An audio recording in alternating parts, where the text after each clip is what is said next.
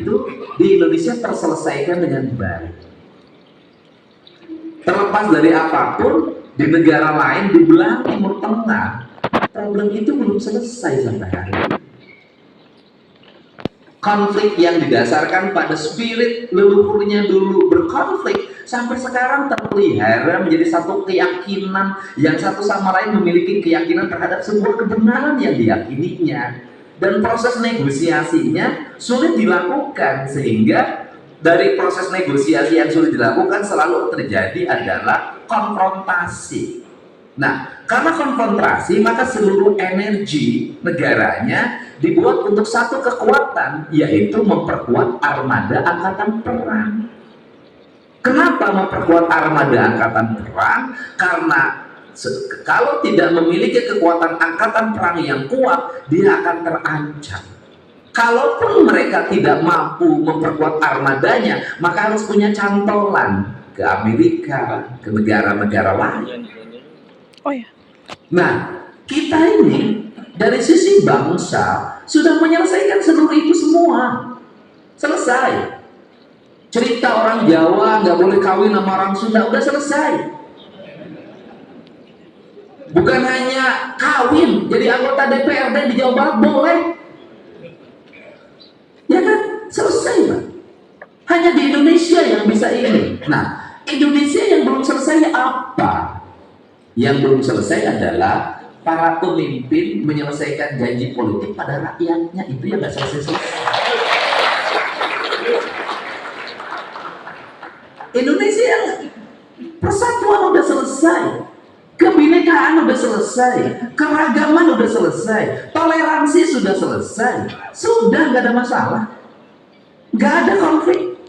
Nah, apa problem Indonesia? Nyelesain kemiskinan nggak selesai-selesai. Nyelesain orang untuk mau sekolah agar perguruan tinggi gratis yang belum selesai. Nyelesain berobat yang nggak selesai-selesai. Indonesia itu, karena itu maka saya sepakat dengan Pak Wali, mari kita selesaikan ini secara bersama. Problem di kita apa? Problem di kita adalah pengelolaan anggaran yang masing-masing. Jangankan antara tingkatan pusat, daerah, pusat, provinsi, kabupaten, kota, desa. Di internal birokrasinya saja, antar kelembagaannya bersaing program. Antar organisasi perangkat dinasnya, perangkat daerah bersaing program. Kenapa? Satu hal yang harus dirubah dalam mindset kita semua para birokrat adalah tinggalkan kebudayaan buat proyek, tinggalkan. Kita bukan ingin memperbanyak proyek, kita ingin membuat hasil bagi kepentingan rakyat pakai cara berpikir Iran. Kenapa pakai? Saya berulang-ulang ngomong, negara 92 juta penduduknya, APBN-nya hanya 1.000 triliun. Angkatan perangnya itu pertahanan keamanan negaranya hanya 132 triliun. Gagal perang, Pak. Kenapa? Dia efisien. Kenapa? Dia bukan proyek yang dibuat, tapi target. Target kita musuh. Musuh kita siapa? Punya angkatan berapa? Punya rudal berapa? Punya swasta tempur berapa? Duit kita berapa? Dia nggak berpikir beli pesawat tempur. Dia lebih memilih bikin drone sendiri. Biayanya murah, bisa bikin ribuan, dikendalikan dengan gampang. Yang penting pakai hulu ledak. Menang perang sampai hari ini. Bisa bertahan sampai hari ini itu menang menurut saya. Bisa bertahan sampai hari ini karena hitungannya 2 hari. Kalau sudah lewat kan udah menang. Artinya apa sih yang salah birokrasi di kita ini? Rumit. Birokrasi kita sibuk apa? Ngurus SPJ. Saya contohkan, saya jujur aja secara pribadi suka ke teman-teman dewan aja. Suka kasihan, Pak. Kasihannya apa? Nyari perjalanan dinas 400.000.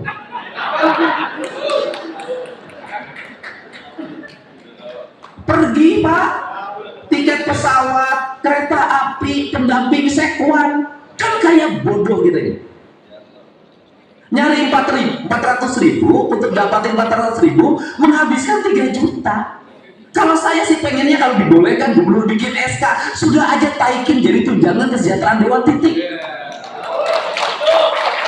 Nggak usah ada perjalanan dinas, kunjungan kerja, ngapain aja. Gaji dewan tuh cukup 2 komponennya, gaji dan tunjangan rapat-rapat, itu aja. Agar setiap rapat ada honornya. Untuk apa? Agar anggota dewan rajin rapatnya. Kita ini dibikin muter. Selama muter ini duit itu nggak jelas arahnya.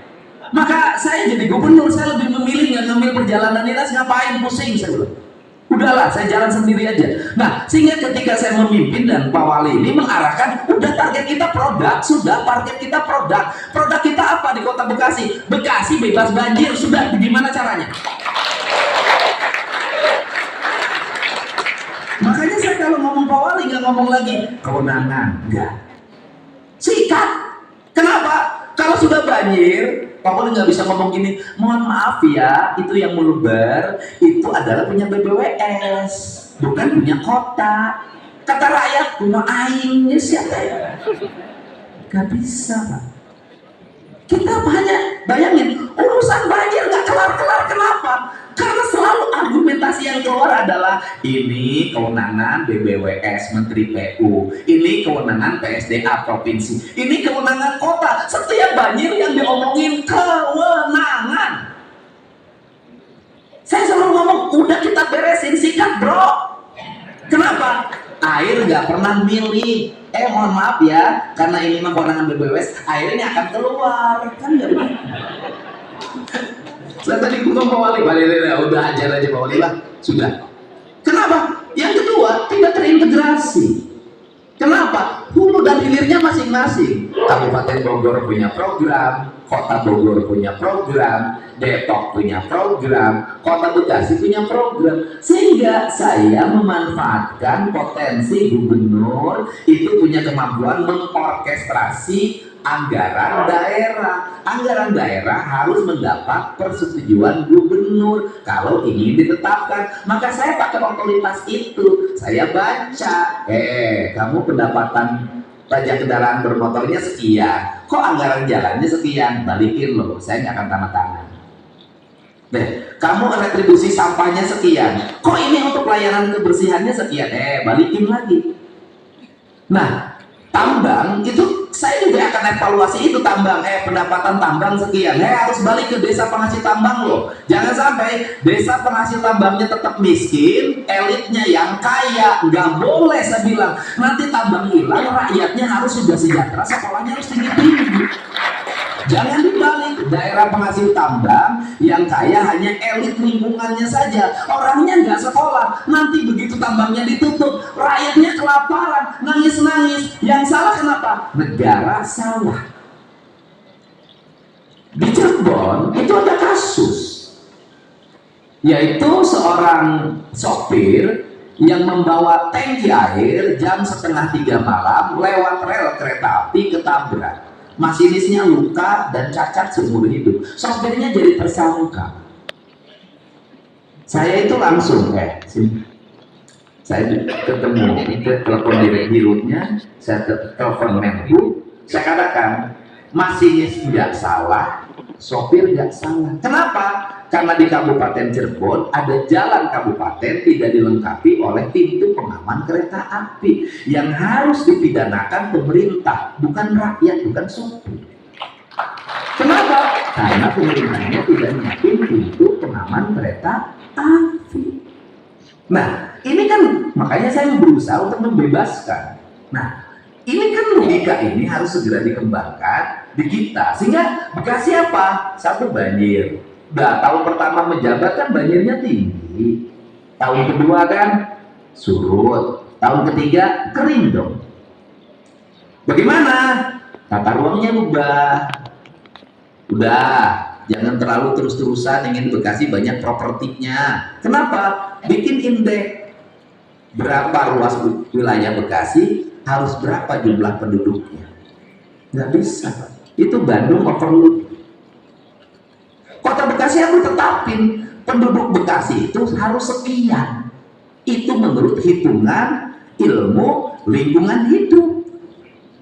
Kenapa? Kalau terus-terusan terima orang masuk, mau tinggal di mana, oksigennya butuh berapa, nanti kacau. Harus ada aturannya. Itu pertama. Kemudian yang kedua, setelah tata ruangnya dirubah, nah maka nanti ruang terbuka hijaunya harus diperbanyak. Kemudian yang ketiga adalah penyelesaian warga yang tinggal di bantaran sungai harus selesai. Yang keempat adalah penataan ruang-ruang publik. Kenapa? Masyarakat dalam sebuah wilayah yang padat penduduknya, problemnya adalah depresi. Kenapa problem depresi? Karena kemacetan tinggi. Untuk itu, Pemkotnya menurut saya disaranin harus juga ada peraturan kota tentang pembatasan kepemilikan kendaraan bermotor. Kenapa? Kalau dibiarkan, maka nanti jalan akan menjadi pusat depresi. Kan nggak boleh.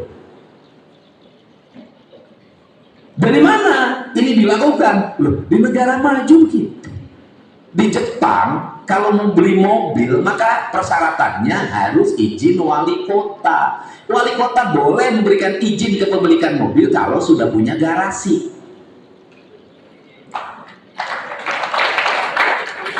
Iya, saya nggak tahu di Bekasi ya. Di tempat lain deh. Rumahnya 1, mobilnya 4, nggak punya garasi. Diparkirnya di depan rumah, bertengkar sama tetangga. Timbul. Kami kompleksitas perkotaan. Yang berikutnya lagi apa? Pendidikan. Bagaimana membuat angka rasio sekolah? Hitung di setiap kelurahan ada berapa anak usia pendidikan SD, usia pendidikan SMP, usia pendidikan SMA. Maka ini harus seimbang antara jumlah sekolah, jumlah kelas dengan jumlah siswa.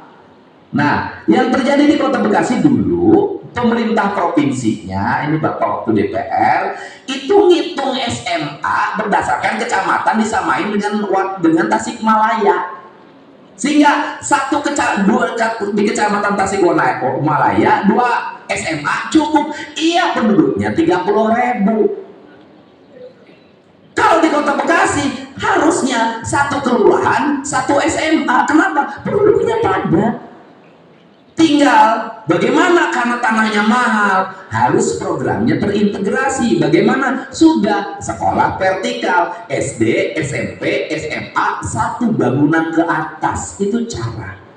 Kenapa? Harga tanah sudah mahal, ruang terbukanya makin terbatas. Maka kita nanti bikin MOU sekolah terintegrasi.